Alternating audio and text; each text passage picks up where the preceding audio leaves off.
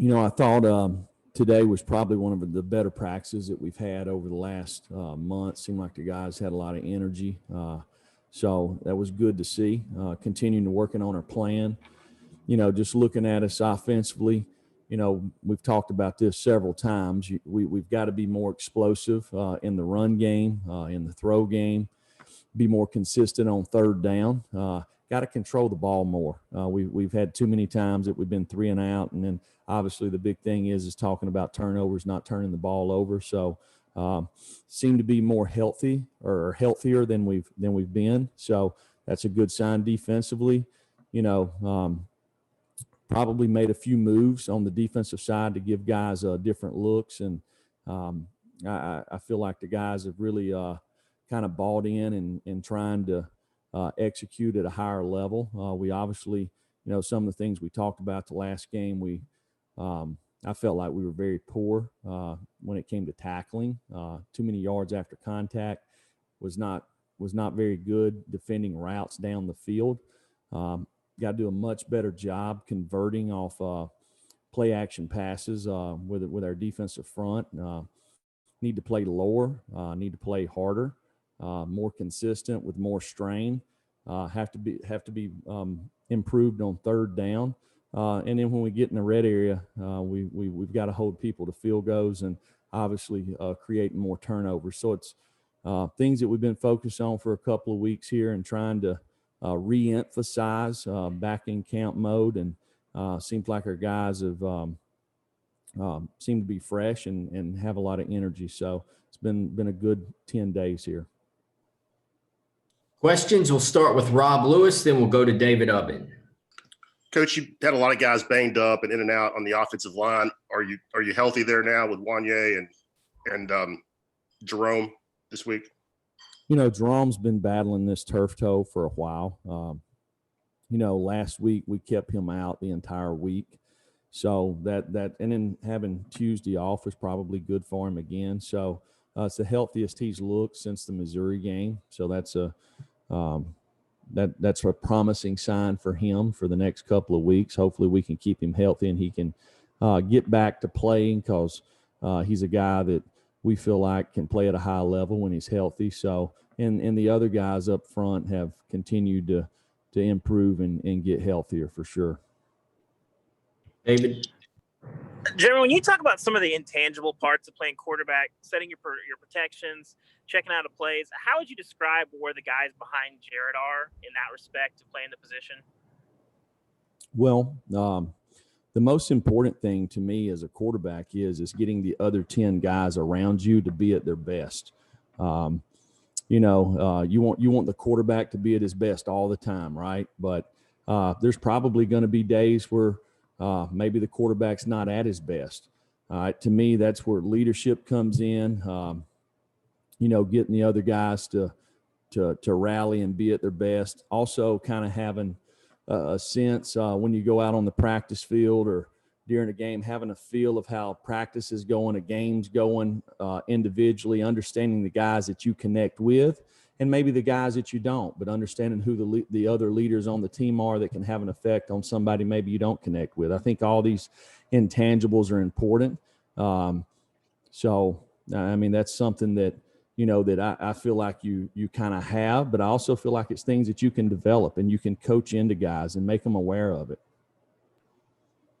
Gustavo, then Vince Ferrara. Coach, you spoke about quarterback. You had also good practice. So are you confident Jared Guantano is going to be the starter on Saturday? How do you see the quarterback battle for this upcoming game? Gustavo, I couldn't sound like you're talking right next to your microphone. That sound like you asked about the quarterback for this game. Can you hear me better now? Yeah, I hear you much better now. Okay, I'll ask it again. You said you had great practices. You talked about the quarterback situation. So are you confident Jared Guantano is your starter for Saturday? How do you see the quarterback battle? Yeah, I mean, Jarrett will be the starter.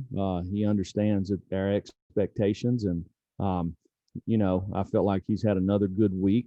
Continuing to do the things that I'm talking about, getting the guys around him to play at a higher level.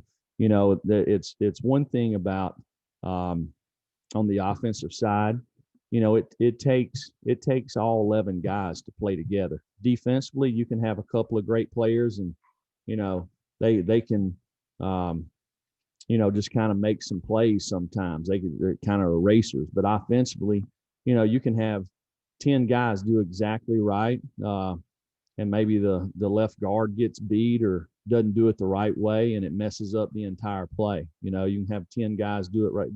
It only takes one guy that can create a bad play offensively. That's why you got to be able to play as a unit up front. That's why communication is so important, playing together. And that's something that we've tried to focus on, continue to focus on over the last couple of weeks. Vince? Jeremy, one of the players mentioned that they had a sit down and just talked about needing to change the culture and, trying to get this season turned around right now. Is that something that the players did on their own? They've kind of compared it to last year a little bit as well, where there was the meeting and then, seniors help lead and keep everyone accountable. Was it something that was initiated by the coaches? Is it a players type of meeting? What do you know about the players coming together and talking about culture and turning the season around? Well, I don't know as much about culture. I think the big thing is, and it wasn't initiated by the coaching staff. We have our own meetings and stuff with the players, but just creating the right habits. There's certain individuals on our team that were limited in for certain reasons over the course of the last 6 to 8 weeks. Just getting everybody to play at a higher level all the time. If you look, there's been times this year on both sides of the ball that we've done that. But we've been very inconsistent in all three phases. To sustain and be productive in this league, to win games in this league, you got to do it at a high level all the time, and it's based off the habits that you create. And to me, that's been the focus for our entire team, really since I've been here. But there's one thing to talk about it. There's another thing to do it on a daily basis.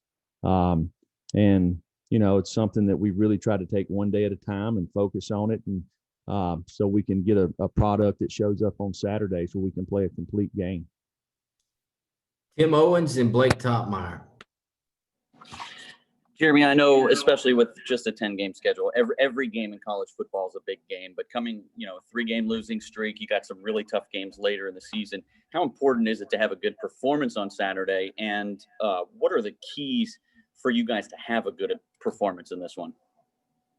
Well, I think first of all, playing together, we've talked about it, not turning the football over, getting turnovers on the defensive side of the ball, playing cleaner, executing at a higher level, so it all goes back to really just execution. So, I think that's something that our guys understand, something that we've been working on hard to improve. We've had good practices the last couple of days. So that's been a positive sign. Blake? Jeremy, perhaps I'm incorrect on this, but I feel like, have you guys been going under center a little bit less than you did in your 2 previous seasons, aside from the jumbo package stuff? And if that is the case, what do you think the reason is for that? And would it be any consideration of adding some more under center type stuff? Really the first 2 years being here, we were probably limited in number of people on our team, just scholarship wise. We were somewhere between 65 and 70. If you looked over those years, we were really trying to shrink the game, just because numbers. We knew the more snaps that you played over the course of a season, which really, or over the course of a game, was really not in our favor. So we really tried to shrink the game. This year, we felt like that, with our scholarship numbers, when we were healthy, that to give us the best opportunity to be explosive on offense was to probably run the same plays that we would not normally run from under center, but add RPO elements, add opportunities to throw the ball down the field to create some of the advantages that that the rules allow you in college football right now. And then if I could ask something on a different note, you mentioned earlier today some false positives. Have you gotten your Tuesday round of testing back, and do you know whether you're going to have a clean bill of health on the testing front from those Tuesday tests? Right. We still have one more test for this week tomorrow, but right now everybody's COVID free, so that's good. I think it was an unusual deal that maybe at the testing facility or whatever, but we went through the proper protocol there with the SEC, and everybody came back negative. Last two questions, Trey Wallace and Matthew Ray. Jeremy, what's the status on linebacker Jeremy Banks? How's he coming back from that ankle? Any kind of other updates when it comes to injuries from the defensive front and guys getting back, especially like Elijah Simmons as well? Yeah, Jeremy he had an ugly injury. It unfortunately early on in the Kentucky game, and hopefully he'll be ready to play this week. We kept him out of practice last week. He's practiced for 2 days. Today he was pretty sore from it, so it's just one of those high ankle sprains that it takes a little while to get over it, but he's a tough guy, and I think he'll be ready to play some snaps on Saturday. Hey, Jeremy, you talked about using the open week to get all of your QBs, equal reps, and now moving into this Arkansas preparation. Have you guys been able to identify a true number 2 behind Jared, or is that competition still pretty open? No, it's pretty open. It's pretty open. It's pretty common in young players. When you talk about consistencies, getting these guys the amount of reps really to where you kind of got something to judge them off of. So that's one thing about having the scrimmages, and then having an open week's been good, especially with Brian and Harrison. Their reps were limited, when we were kind of in camp mode. So just trying to create really a volume of plays to where you can judge exactly where they're at. So, they continue to work hard. I see both of those guys do a lot of really good things, but they still have a lot to learn. And they're working hard at it to do it every day. All right. Thank y'all. All right, guys.